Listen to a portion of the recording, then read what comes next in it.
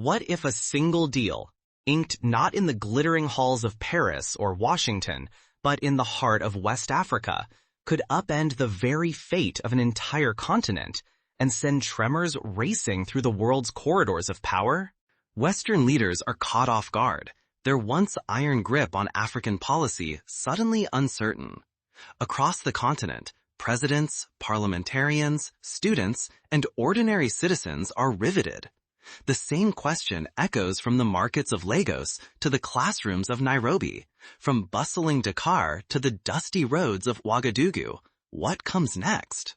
To many outsiders, a deal for fighter jets and military hardware may appear routine, the sort of arrangement that fills the back pages of international news. Yet for those who look deeper, this alliance is about so much more. It is about reclaiming dignity after centuries of exploitation, seizing the reins of power that for too long were held elsewhere, and sending a clear message. Africa will no longer be content with the role of a silent participant in global affairs. In a maneuver so audacious that even seasoned diplomats were left scrambling for answers, Burkina Faso, a landlocked nation long overshadowed on the global stage, has just signed a sweeping defense and development pact with Pakistan. This agreement, valued at an astonishing $20 billion, is not a mere transaction of arms for cash. Beneath the surface, it represents a seismic shift in how Africa sees itself, how it is seen by the world, and how the future might be written. But how did this improbable alliance come together? And what exactly is at stake for those who dare to defy the old order?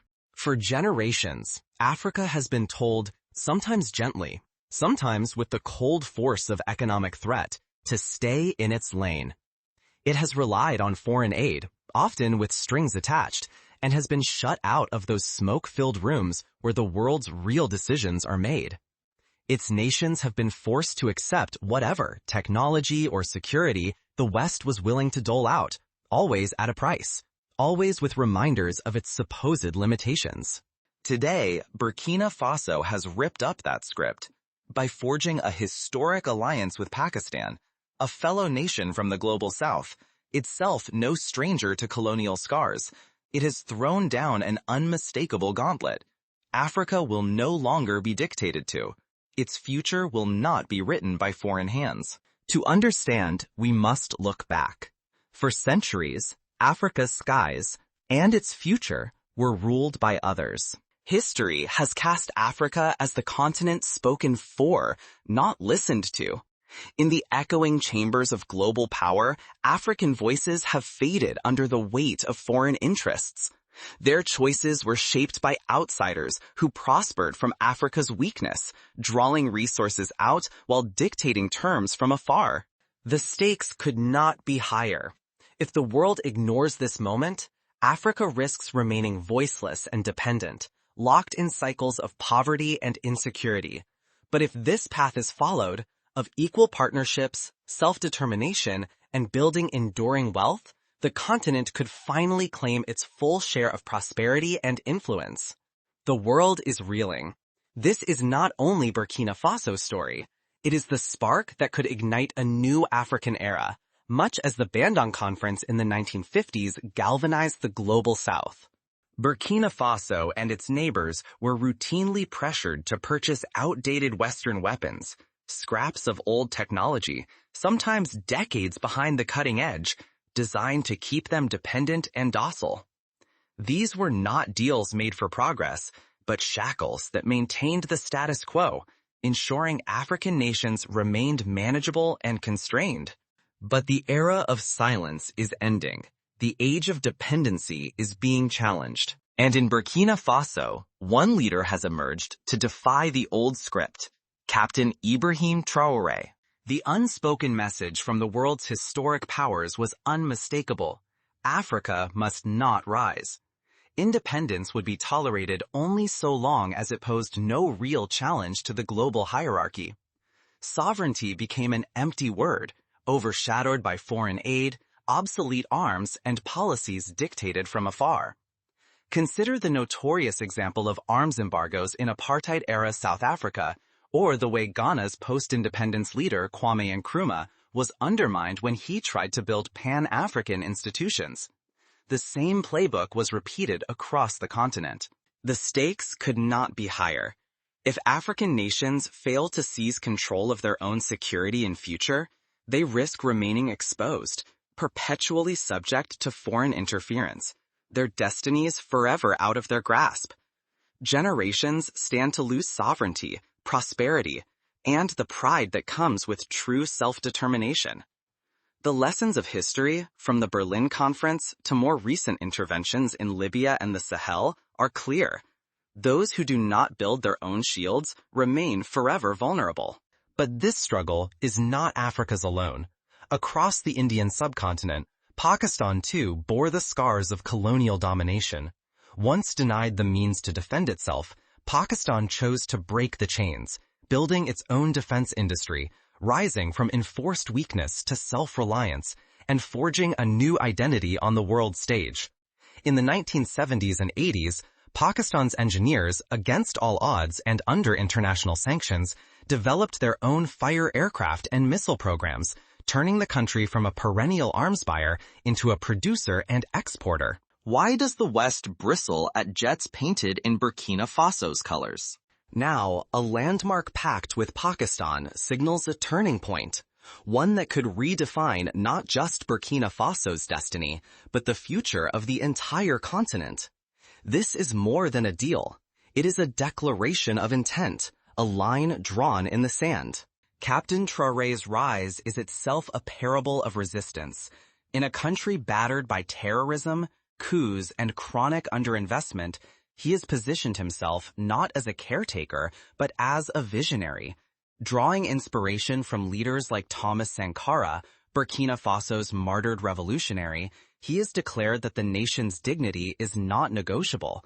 The new pact with Pakistan is his boldest move yet. For decades, African nations received obsolete hand-me-downs, kept dependent on outside mercy. Now, engineers from Burkina Faso and Pakistan labor side by side, not just assembling, but designing a future where African skies are defended by African hands. Power is no longer dictated, it is negotiated. Because these warplanes are not mere machines, they are a roaring challenge to the old order. Burkina Faso's partnership with Pakistan, worth $20 billion, is more than an arms sale. It is co-production, knowledge transfer, and the training of a new African vanguard. It is the forging of a future where African skies will be defended by African hands and minds. Western intelligence and media lurch to respond. In Washington, officials worry that their influence in West Africa is slipping. Paris, still reeling from the recent expulsion of its military forces from Mali and Burkina Faso, frets behind closed doors. London murmurs about a dangerous precedent, fearful that others will follow. Their fear is not the jets themselves, but the signal they send, a manifesto of independence painted in red, green, and gold. This deal proclaims a new reality. It is not just about flying faster or higher, it is about shattering the West's monopoly, ending dependence, and showing that Africa will no longer wait for permission to progress. When Burkina Faso's own jets streak overhead, it is a thunderclap. The age of handouts is dying. The stakes are immense. If Burkina Faso prevails, the dominoes may topple across Africa. The old system, where the West decided who could defend, who could prosper, who could hope, will tremble. A new era of African self-determination is about to dawn. Consider the example of the JF-17 Thunder fighter, co-developed by Pakistan and China in the 2000s. Just as that program allowed Pakistan to leapfrog its dependency on Western aircraft, so too does this new alliance empower Burkina Faso to bypass the old gatekeepers. The deal includes not only the delivery of jets, but also the construction of assembly lines, research centers, and joint academies on Burkina-based soil. Pakistani engineers will train their African counterparts, while African pilots will learn not just to fly, but to innovate, adapt, and eventually lead the continent's aerospace renaissance. But every revolution faces resistance. The obstacles standing in Burkina Faso's path are as formidable as the ambitions fueling its rise. What happens when a single act of defiance lights a fire across an entire continent? Burkina Faso's historic agreement with Pakistan is already causing tremors far beyond its borders. In the power corridors of Niamey, Bamako, and Conakry, leaders watch closely. Early indications point to Niger, Mali, and Guinea preparing to join a new defense alliance, turning one nation's daring choice into a movement for regional strength. Picture this, a united Sahelian air defense force. Fighter jets roar above the savannah, not as foreign overlords, but as defenders of African skies. Each plane, co-produced and maintained in Africa, stands as proof that Africans can safeguard their own future. In some ways, it echoes the formation of the Warsaw Pact in response to NATO, or the non-aligned movement's push for autonomy in the Cold War era, but the vision is larger than defense. An emerging industrial ecosystem promises tens of thousands of new jobs: engineers, mechanics, pilots, cyber specialists. New academies are set to train a generation of African aerospace experts, while technology parks and research centers ignite innovation. The impact will ripple outward. Hundreds of local suppliers, logistics firms, and service providers will feed a growing web of opportunity. Transformation will touch every sector. Civil aviation, energy, and communications will benefit from new skills and infrastructure. With every milestone, Africa chips away at centuries of dependency and reclaims its role as a birthplace of invention. National pride, long suppressed by outside control, now surges, especially among Africa's youth, workers, and the diaspora watching with hope from afar. How can this be more than a fleeting headline? How can ordinary Africans seize the chance to make it real? The answers lie not only in boardrooms or parliament halls, but in the choices made by people across the continent. What comes next depends on whether Africa dares to finish what it has started. On social platforms, in city squares, and inside university halls, young Africans speak of new opportunity, of dignity restored, of futures shaped by African hands. For the first time in generations, many see a real path to prosperity, built and defended by their own minds and will.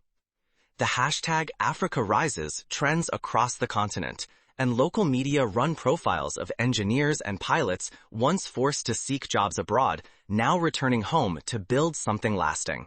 Yet risk shadows every advance. This could be Africa's moment to rise as a powerhouse of innovation and security. But should external pressure, internal rivalry, or sabotage prevail, the dream could falter, another page of lost potential. History offers cautionary tales: the collapse of pan-Arab unity after the 1950s, or the way post-colonial hopes in the Congo were dashed by foreign-backed coups. This battle is not just Traore's, it is yours as well. What is happening in Burkina Faso is a message to every African, every person in the diaspora, and every ally who believes in an empowered continent. True sovereignty demands direct engagement. The agreement with Pakistan is more than a transaction for jets or military equipment. It is a blueprint for transformation, one that calls each of us to act. Building industry is the foundation for lasting change. Imagine if inventors, educators, and entrepreneurs collaborated to create homegrown solutions for African defense, infrastructure, and growth. While this deal is the ignition, the real fire is in expanding manufacturing, research, and continent-wide partnerships. Regional unity forms an unbreakable shield against those who seek to divide and weaken Africa's progress. History does not rewrite itself. This moment could spark a wave of daily empowerment, but only if people move beyond applause and step into action. The new frontline is public support. Without visible unity, through marches, petitions, investments, and digital voices, the momentum will stall and old patterns of dependency may quietly return. Think of how the anti-apartheid movement succeeded, not just because of leaders, but because ordinary people worldwide took up the cause, boycotting, demonstrating, and insisting on change. Yet, Western pushback is certain. Even now, media outlets cast suspicion and fear. Economic sanctions and covert interventions may try to erode confidence, stir discord among neighbors, and pressure leaders to turn back. The same old playbook to keep Africa dependent will reappear, just dressed in new words. Whether it succeeds depends on the strength of collective resistance, the willingness to learn from history's mistakes, and the courage to defy intimidation. Africa's fate cannot wait for approval from Paris, London, or Washington. The lesson is plain.